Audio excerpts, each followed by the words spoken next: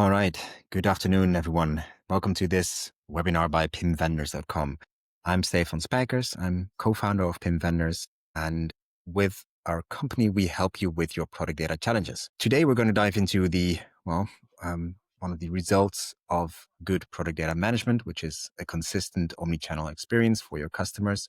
But to get to that, you need to get all the different puzzle pieces in place. We help customers with getting that process in place, getting the tools in place, and helping you and your team get to the most efficient process and most effective process as possible. Within the world of PIM, we've seen lots of developments.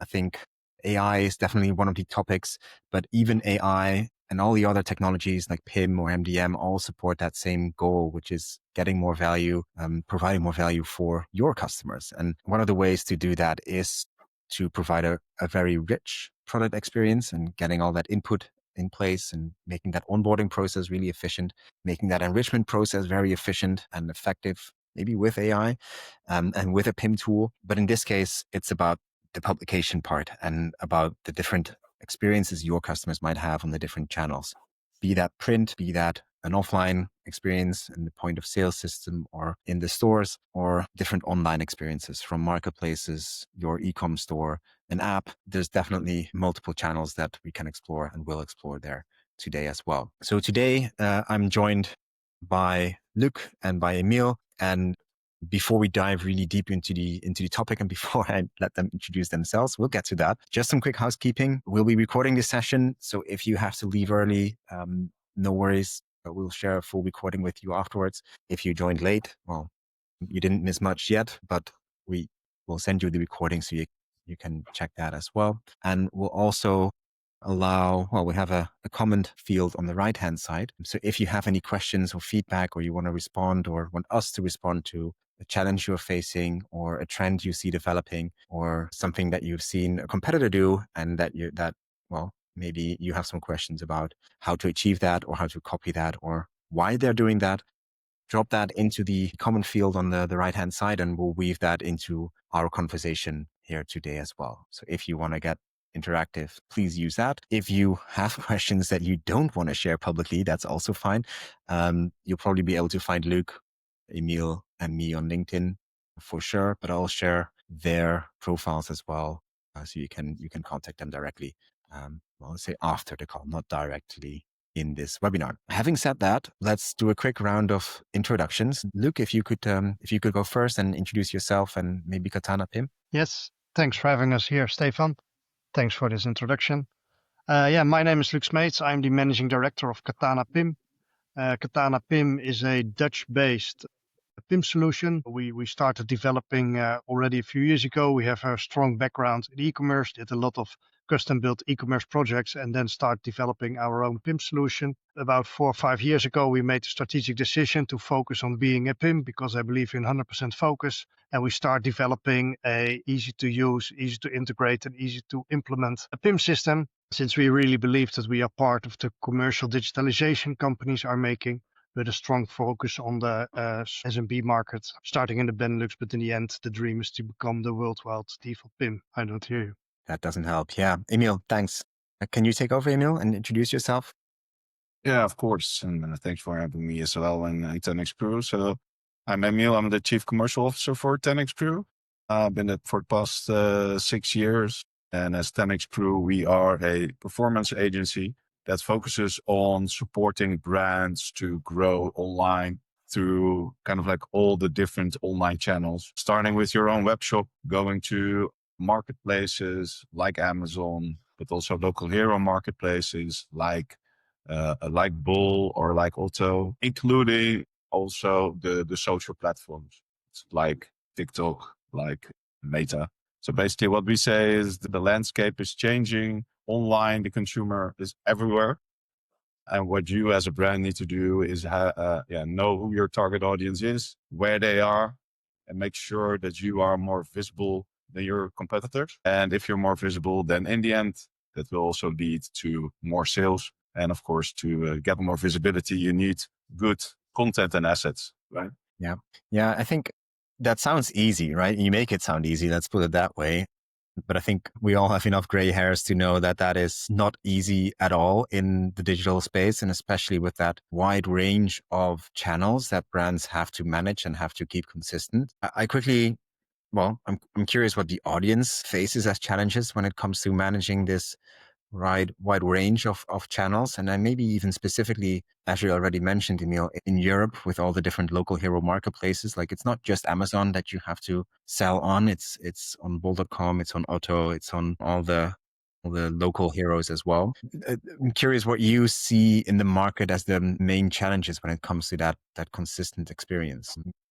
Maybe you first, Luc? Yeah, what we often see is that companies struggle at the start because they are using different spreadsheets or different files or different applications. Especially what we see, all the departments have stored their data pretty good in their application. But if you look to product data, it's a cross-departmental data because everyone has his or her part of the product information. And so that results in different file types, different files, different spreadsheets, different applications, and all they have some part of the product information. And then there is automatically some inconsistency, or you're never sure whether you are talking about the last version of the information. But we see a lot of these kind of challenges to our customers, and that's also why they come to us. Yeah. Emile, do you have any? I mean, you're more on the. This is the PIM is basically the foundation where that starts. The Excel files. You're more in the outbound part of this. What do you see? Do you see the same, or do you see anything different? Yeah, well, I'm always surprised when I'm talking with clients of us or new clients. When we are focusing on making impact for our clients, we always say like, hey, we begin at the back to make impact and generate revenue in a consistent and sustainable way. We always start with the back-end infrastructure, from logistics to finance, but especially also the content. And if we're then talking about content, I'm always surprised that, I don't know, maybe like 2 or 3 out of 5 clients that we talk with are like, they're using Excel as a PIM. I'm like, yeah, it's 2025. Come on, guys, need to step up your game a little bit. And so that is kind of like the same that Luc mentioned. And if you take a look at that, like I said, there are constantly new channels popping up. And if you want to have brand consistency, then you need to have a synced source of truth where your organization logs into, uploads the right content. And from there, it's basically being pushed and distributed to the right channels. And I think that is basically the first part is getting the right basic information, getting the right attributes, titles, getting that into your PIM system. And then the second step is basically looking at, okay, you have that in different languages, but also if you take a look, if you're selling on Bol in the Netherlands and Amazon in the Netherlands, your title build up should be different because there's a different search. There are different maybe keywords that you want to mention. So there are all these types of things that you want to customize based on the specific channels and the demand and the questions, basically what the consumers ask from you on that channel. And that's also what we see. We also often also people are looking up to the project of implementing all these data or the PIM or the total process Emile calls. But I totally agree also with Emile. Just start with the basics. You don't have to be directly at the A level. Just start at the C or B level, and then you can upgrade it. But make a start. Bring the basics in place, and then you can work on the data enrichment, and then you can improve and improve and improve. Yeah. I mean, it is still a struggle, I think, for many, because again, I said you make it sound easy, right? And maybe starting small is that first step. But when I look at my own customer journeys or my own recent customer journeys, like I'm looking for a new desktop monitor, right? I saw the same monitor on different websites. I'm comparison shopping a bit and to get to the best price, but it's all the same price on every different platform. But as a product data nerd that I am, I was comparing sort of different, I was looking for specifications, like does it have power delivery for my laptop, et cetera, and different sites said different things and linked it to different series of the same monitor by the same brand, but with different features. Like I was on Amazon and I ended up more confused than I expected to be. So I actually went to the manufacturer's site to get to the actual result, but I'm still not sure if it's the thing that I want or the thing that I need, and that it's going to. So still haven't bought the monitor yet, right? Because I was just not entirely sure if it would fit. I'm curious if you see those practical issues as well, because I'm pretty sure that it is all from one manufacturer distributing it directly to these consumer channels. There's no distributor in between, at least not that I'm aware of. And even there, you see this they have this challenge. Yeah, I think it also depends. If the brand themselves take ownership of the content, then they might face some technical difficulties because they do not have a good PIM system. But what you also sometimes see is that brands are not active themselves on an Amazon or local hero marketplaces like Otto, for instance. And then what they do is that, sometimes even don't know that their products and their brand is being sold on that specific channel. And it's being sold by a distributor or a wholesaler that basically doesn't see the relevance or doesn't give priority to optimizing the content. And I think it's very important, like you said, Stefan. If the customer journey is like, okay, you need to fill out these attributes, and you do not fill those attributes, and a customer uses the refinement and the specifications and then clicks, then your product gets lost. If you do not fill out how much inch your monitor is, then someone can push a button and refine there, and then you're not being found. I think most channels and marketplaces have kind of like the mandatory attributes and the attributes that are nice to have, so to say. But basically, the more content and the better your content is, the better the consumers can find your products. And even if you take a look at the implementation of Amazon AI, the Rufus and Cosmo, Amazon will also use your product data to give better AI suggestions. So the better you give that information and enrich it with the right information, the better your product will be found. And if your product is better found and ranks better than your competitors, then in the end you will sell them. But that is kind of like the logical things that maybe a lot of brands still missing. What would you recommend to this monitor manufacturer, right? It's selling on 5 different marketplaces. It doesn't look like they have I'm not looking at a big name brand. Actually, it's a smaller brand. So what would you recommend to a manufacturer like that who is indeed maybe not able to manage the product data used to be unable to manage the product data on all of those different channels and all of those different local heroes? What would you recommend to them? Would you say like, hey, take this to yourself and start owning that product experience on all those different channels? Or would you say work closely with your distributor?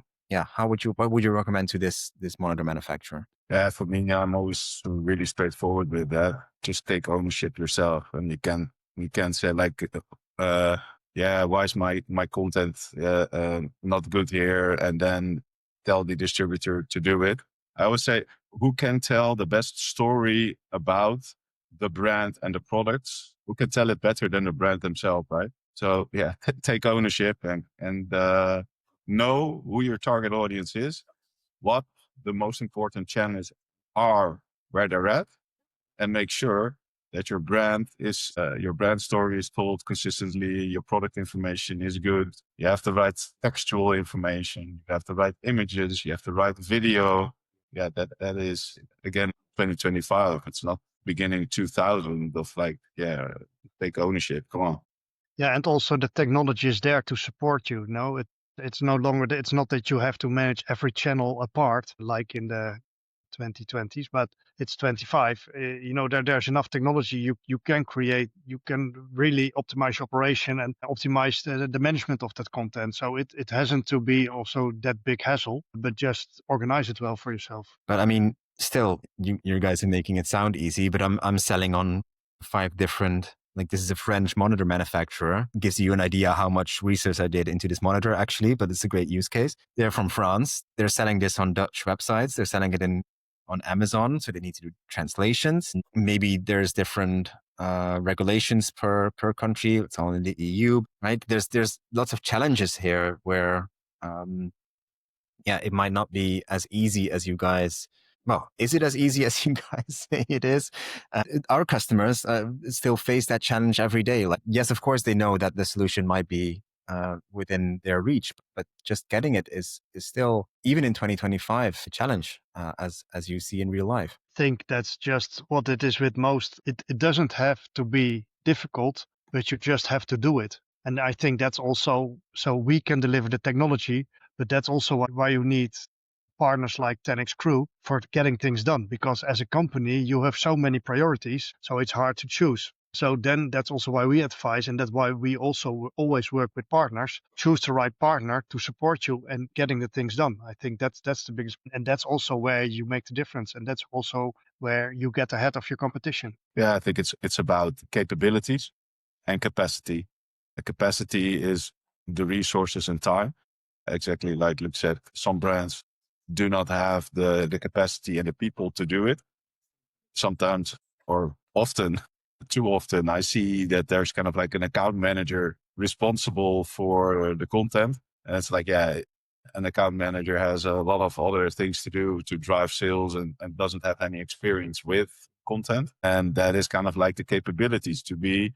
We have content specialists in-house that know what drives traffic and conversion on those different channels and what the most important drivers and levers are to push on the different channels, and to do keyword research on Amazon, on Bol, optimize the product so that it's better than the competition and also organically better far. I also agree on Emile, we are really data driven nowadays. That's also what we say also with everything, also with the upcoming of AI, agentic commerce, etc., etc. We are becoming more and more data driven. So I think it's good that also data is pointed out within a company. So take it seriously. It's not something you do. You do it as an extra. What Emile mentioned, account manager, and you do it a little bit extra in the lost hours.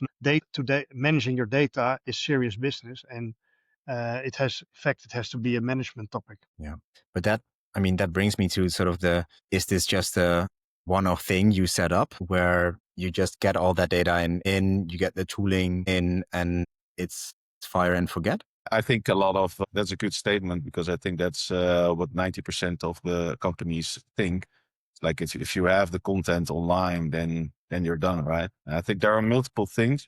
One of the things is that on Amazon, the times that we see that the content gets changed overnight is that's crazy. Amazon is a real beast where there are constantly content loads going wrong. That on, say, today I optimize the content, the titles or bullet points, images. I take a look tomorrow and then it's good. And then I take a look at the day after tomorrow, and then it's back again to the old way. And it's like, where's my content? And so it's about getting the content online, but also monitoring, especially on Amazon, if the content stays online. So that is one of the first things. And then second, it's also looking at the optimization or seasonal preparations. Amazon, you can also insert back-end keywords. So for Black Friday, Cyber Monday, Father Day gift, you can add certain content elements seasonal so that your products can also be found on those things, like Mother's Day or Father's Day. Yeah, if you have kind of like a gifting type of product, then you want to add that on the certain seasonal moments, of course. Yeah. But like if we go into sort of and this is also mentioned by Robert on LinkedIn, who agrees with us, that's good. But taking what he says a step further, like he mentions it is too often disconnected between different departments. We have, like, as we said, we have category management or account management. We have social media. We have maybe the marketing department, the newsletter department, the e-commerce department. How would you get that consistent customer experience from a organizational perspective? Yeah, I think that's a good question. I think there's not a one size fits all answer there. But at the end, if you're talking about content, you're talking about the brand. So the brand marketing should be have the ownership. And ownership doesn't mean that they are operationally and that they are executing. But if you're responsible for a brand, you're a brand marketeer or brand manager for a certain brand or company, then you want to know that the story that you want to tell about the brand is being told to the end consumer. And so for me, it would always be marketing that would be leading and should be working closely together, maybe with the e-commerce department, to have the conversation of, hey, this is from a brand perspective, this is how we want to communicate it. But if you take a look at the e-commerce department, they know like, hey, we need this and this and this information. And so it should be a close collaboration between marketing and e-commerce to get the right information there, knows what drives the consumer on the different channels, and then make it available. Yeah. Luc, how do you see successful customers bringing together those different departments and those different stakeholders? Yeah, in fact, exactly the same. And from our point of view, it's more from a technology point of view. And that's also why we facilitate those integrations. So what we often see when we talk to customers is that they think that everybody is going to work within the PIM solution. But that's not what it is from our point of view. We facilitate that the right data is in the right place at the right moment. So that makes it also that every department is working in their own applications, for instance, or everybody is responsible for their part of the product information. And by supporting the right integrations, you distribute the right data to the right place at the right moment. And by creating that single source of truth, it's possible to have one or to have responsibilities on the quality of the data. So in that, I agree with Emile. Yeah, someone has to be responsible in the end. And in the end, it's marketing who's responsible, the way of talking, the story you tell, etc. But all the others within the company are responsible for their part. And so, for instance, pricing is not done in your PIM, but pricing is always done in your commerce tool because it's sales who decides to whom they are selling and to what price they are selling. They know who's the customer at that moment. Marketing can't do that. And that's what I mean. Everybody has his own responsibility and manage the right responsibilities at the right time, at the right place, in the right application. Yeah. So and then when you say that it looks so easy, but yeah, if it's designed well, then it looks easy. But that's where the thinking is, and that's also where the implementation is, and that's also where you make the difference in setting up the right configuration together and think about your strategy and think who's going to do what and where do I want to sell, what's my audience, how I want to target them, etc., etc. Yeah, and maybe you also see that, Stephan, at PIMvendors, right? It's like who in the organizations or is involved with choosing a certain PIM. Why are you using it? What is your goal? What features do you need in kind of like selecting a PIM system? And maybe also there need to have more attention for, okay, it's not about implementing a tool and then thinking that the tool will solve all problems. The times that I've seen that in organizations is like, here's your tool. Now everything is solved. That it's kind of like the beginning. You can have kind of like a nice Red Bull Formula One car in front of my house, but if I step into the car, then I won't be winning any Formula One races, right? Yeah, but I mean, I agree with you. Do not underestimate yourself, Emile, but yeah. Well, we see that way too often still. But I think it comes down to what you said in the beginning, Emile. It's a capacity and capability issue where if you bring everyone together around that central platform where I do think, I mean, it's in the name PIMvendors, but I do believe that platform where it all comes together is the PIM.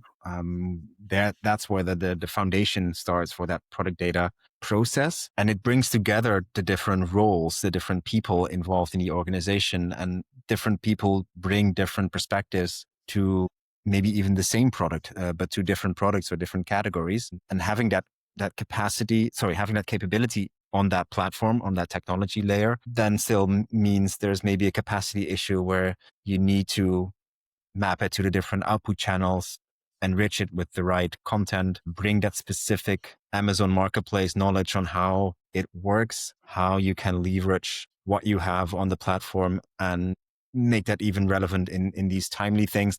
For example, Black Friday is coming up, as you said, like make sure you're included there in the right. And it's interesting that you say, hey, as a brand owner, you need to own that experience there as well and facilitate that experience there as well. And I'm curious if you have any examples of customers that do this well or that you've helped improve from using Excel, which, I mean, not to be dismissive of Excel, it solves lots of problems, right? Examples of people that went from using Excel to excelling on their product consistency experience. Yeah, I think we have multiple clients, a lot of brands that sell on multiple channels.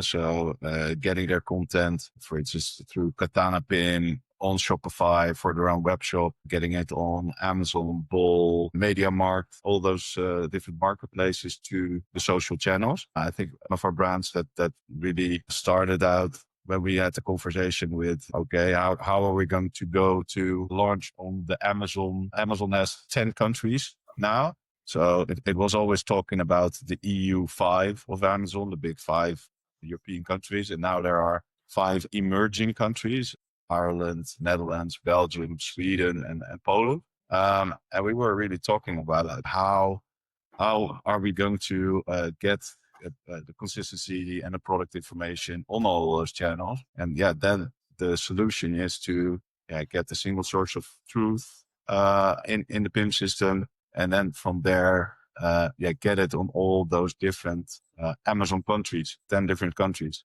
And that saves a lot of time of getting new products up.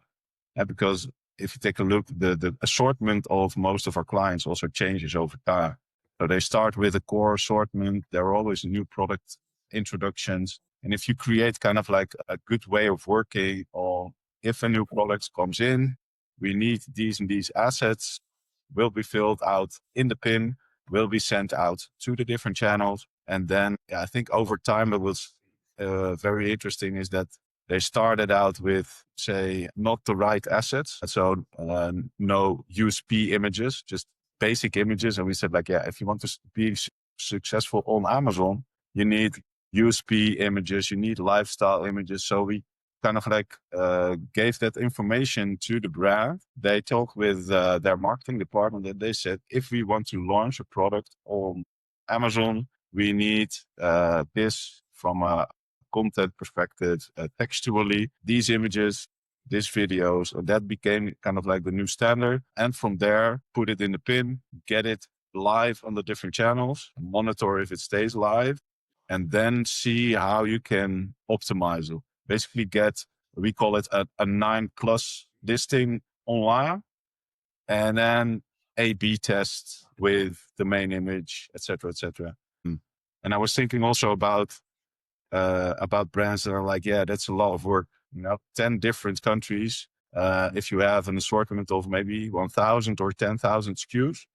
And what we do there is also really a data-driven approach. So say you're a company selling on Amazon, Germany, and UK, and you want to scale that to the 8 other countries. What we also do there is just basically use AI tools to have, not so good translation, but okay and understandable in the other language. Just push it to the channel. Then you have the products live. It's always better to have the products live on the channel with mediocre content so that the consumer can find it. And then if you take a look within your Amazon dashboard and in your Amazon data, then you will see what products are popping up, what products are getting the eyeballs, are getting traffic. And then it becomes very easy to prioritize products to optimize from mediocre to a 9+. Because basically, if I have a list of 10,000 products that are online, I filter on what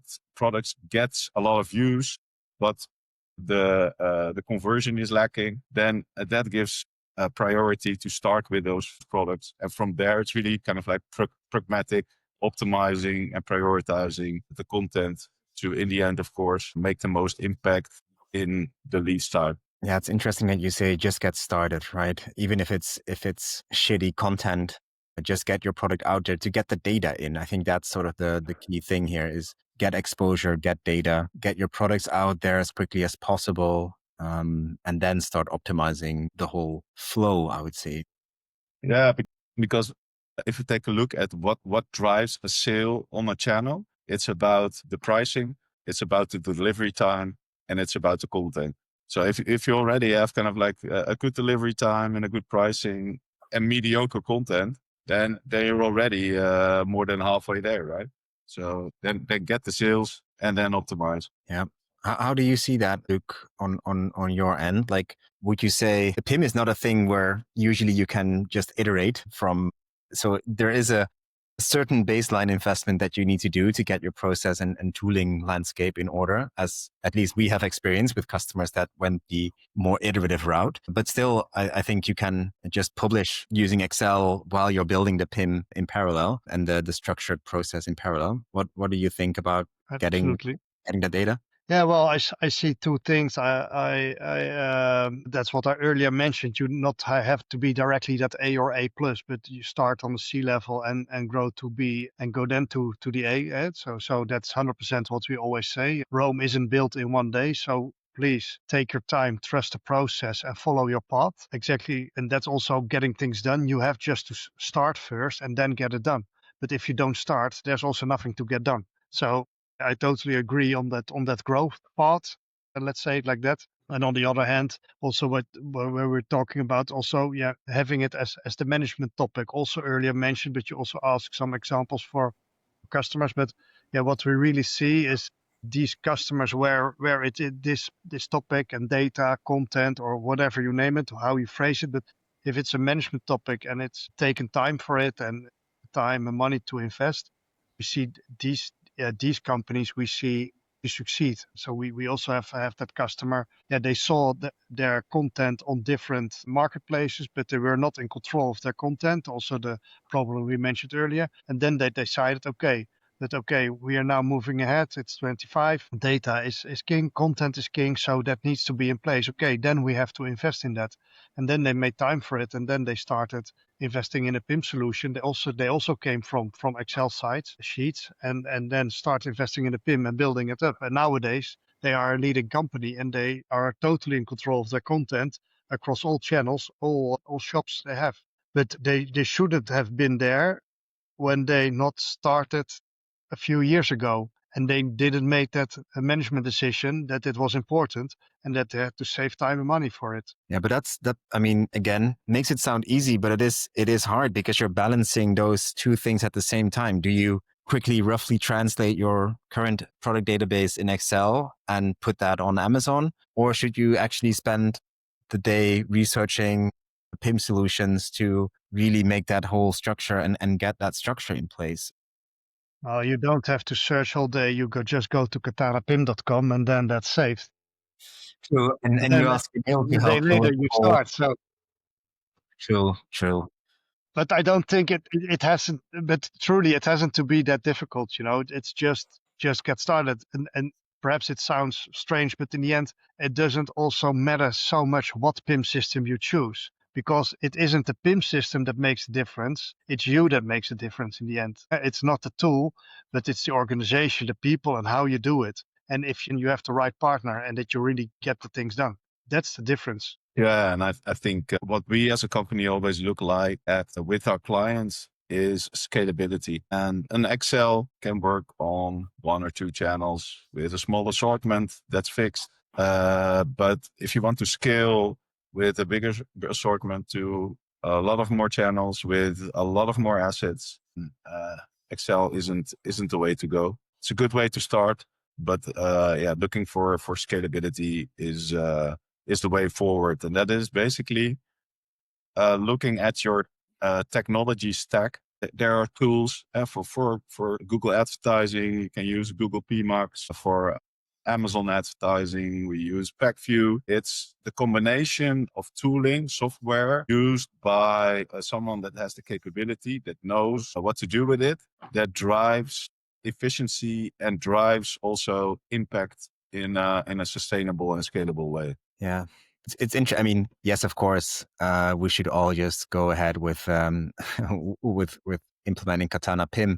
But then, what's the use for PIM vendors helping you select the best fitting PIM?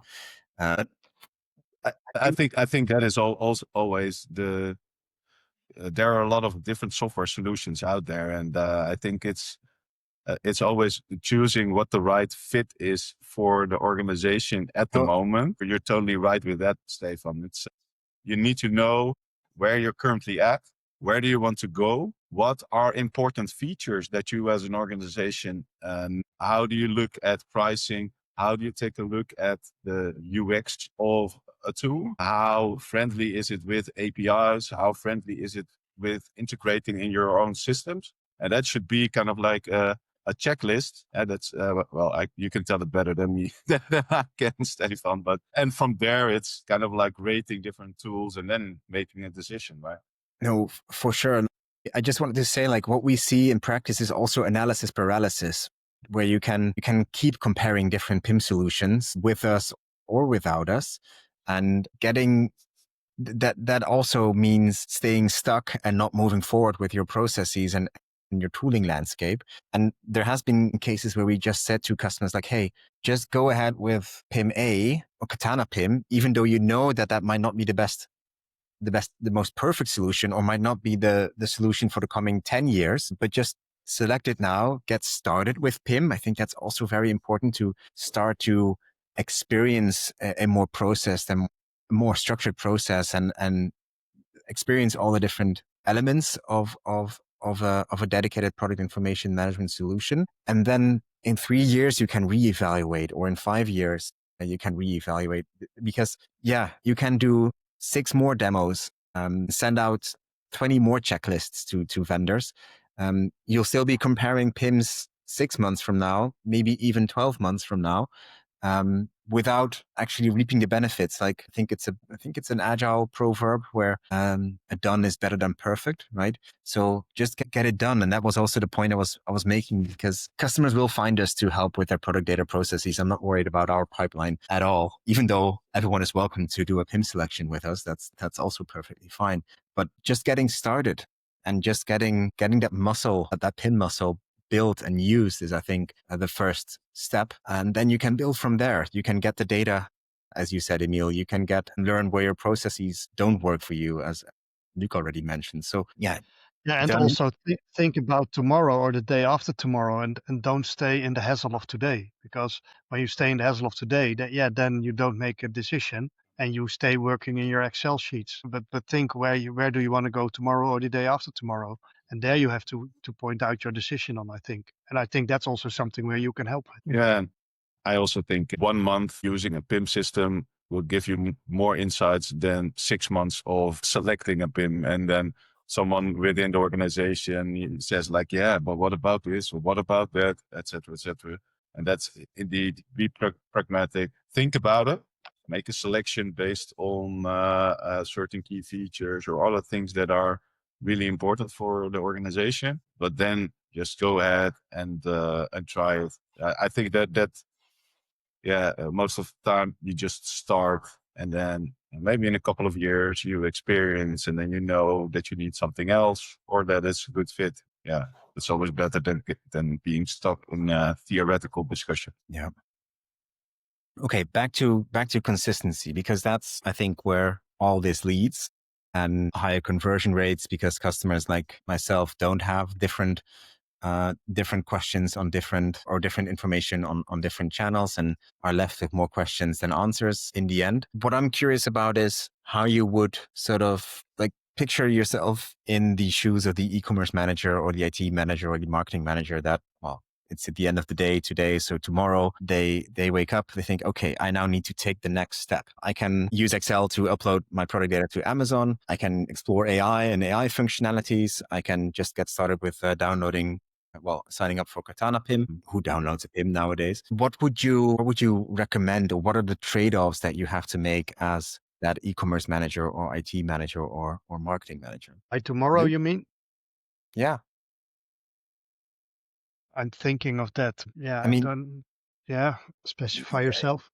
Yeah, no. So I mean, everyone has this deluge of emails coming in and fires that they need to put out, and everyone knows that they should get a better PIM in place or better product information process, or get both the or hire a new content manager or get a new PIM. I think it comes down to what Emile was saying about capacity and capability. Like they know that they need to solve problems on both those.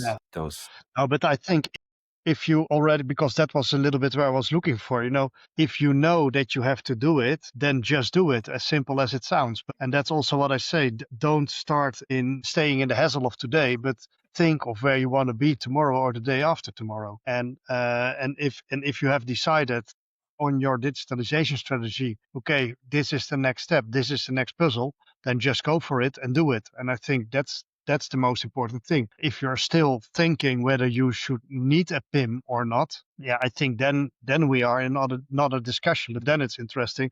Okay, do you experience all these things of inconsistency or selling different channels or whatever, as we mentioned today? Because yeah, if you don't feel the urgency, yeah, then it's not there. But I think nowadays, almost every company is using technology to improve their strategy and to support a strategy, then, and if you're working with products, then it's a garbage in is garbage out, so you can automate as much as you want, but you don't get all the revenues of it if you haven't your data in place. And I think that's very clear. And if you are aware of that, then it's just a fact of just doing it. And I understand that it's I say the promise is, of course, on scaling up, so selling abroad, adding new sales channels, adding another marketplace to your sales strategy. But then you also have to provide it with the right data, because then, as we discussed today, you need to be consistent over all those channels, and you can't manage them all by hand.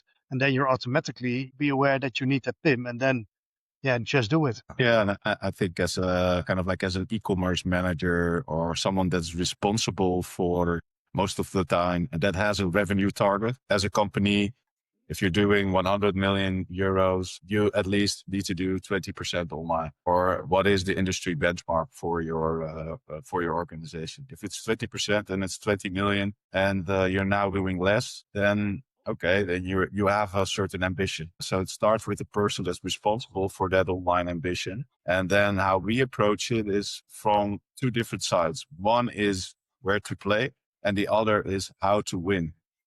The where to play part is that we define for the brands that we work with, who's your target audience and on which channel are they? What are the most important channels? Are they at the most? Which channel or which countries drive the most revenue, or what are the expectations? To get a list of where they want to play, in which countries, which channels. And then the how to win part consists out of a couple of pillars to win. And the first one is the operational excellence. And then you say like, okay, we have a target. We need to go to 20 million. We know in which countries and on which channels we can do that. And this is what we as a business need from an operational perspective. We need a good scalable infrastructure from logistics, finance, and content. We need these and these products from an assortment perspective. We need these more assets for organic performance. And I need 2 million marketing budget to push into ads. And then you have kind of like a whole story where kind of like the whole PIM and the content and the assets is an important part of to realize your ambition as an organization. Okay. I mean, what I hear you both say is basically you have to start building that engine tomorrow, and that engine brings together lots of different parts within the organization. Building that engine is the sort of foundation for future growth. It has that capacity, right? It needs the tooling, it needs the product data, it needs the people and the process. But to get that engine started, and it's a process. You need to keep that engine running during the whole life cycle of the company, and you might want to do some upgrades later on, because getting started is more important than getting the biggest engine in place from day one. But then getting that engine started might mean a lot of friction at the beginning, and to get that capacity all in place to strategize on the different channels where you want to play, but also getting all the assets in order to translate all your product descriptions in French and German and English, but also maybe think about how you're going to win and strategize on how you're going to win on those different marketplaces and those different channels. That takes an upfront investment in capacity. And that's, I think, where the three of us come together to kickstart that engine and make sure you keep that engine running for the foreseeable future. Absolutely. Right. It's a nice summary. I mean, I saw some people replying on some of the comments and parts of the conversation. I'm not sure if there's anyone with urgent questions left that they would like to share or put forward to us. And I would say to them, this is the time. So let us know if you if you don't want to share your questions publicly. That's also fine. I shared Emile's and Luc's LinkedIn profiles in the chat previously. You can definitely find them on LinkedIn by yourself, I think, as well. I would say do reach out to them if you want to get that engine built and want to get that engine started. I think they're both open to create some time for you and answer your questions that you might have. And as we're coming up on time, I'm not sure, Luc, if you have any parting thoughts to share with the audience today. No, I don't think so. Sorry. No worries. Emile, any closing thoughts? Well, I think you already did a nice summary of what we've talked about, being pragmatic and getting the whole organization involved, but also taking responsibility as a brand, as marketing and e-commerce working together. And what I always like is just being pragmatic. We had a client that had a product video from the US with a US text and US voice. And my colleague Linda, she's awesome with a lot of tools. I sent it to her. I said, hey, can you get this video, use your AI tools and knowledge? I don't know what you use, but can you get this into French? She was like, yeah, I can do that. And 1 or 2 hours later, she showed me the similar video with the voice in French, in German, text translated, etc., etc. So yeah, just be pragmatic. There are a lot of tools out there that can help you with doing so. So yeah, just have a look and be pragmatic about it. Get started. And exactly. Get started and get things done. All right. That is great. Those are great closing thoughts. Luc, Emile, thanks a lot for sharing your thoughts and your experience today. Thanks for your time. For the audience as well, thanks for your time. Thanks for joining us today, and hope to see you in one of our next webinars. Please feel free to follow us on LinkedIn and check out KatanaPIM.com and 10xcrew.com if you want more information as well. Hope to see you in the next webinar. Until then, bye-bye.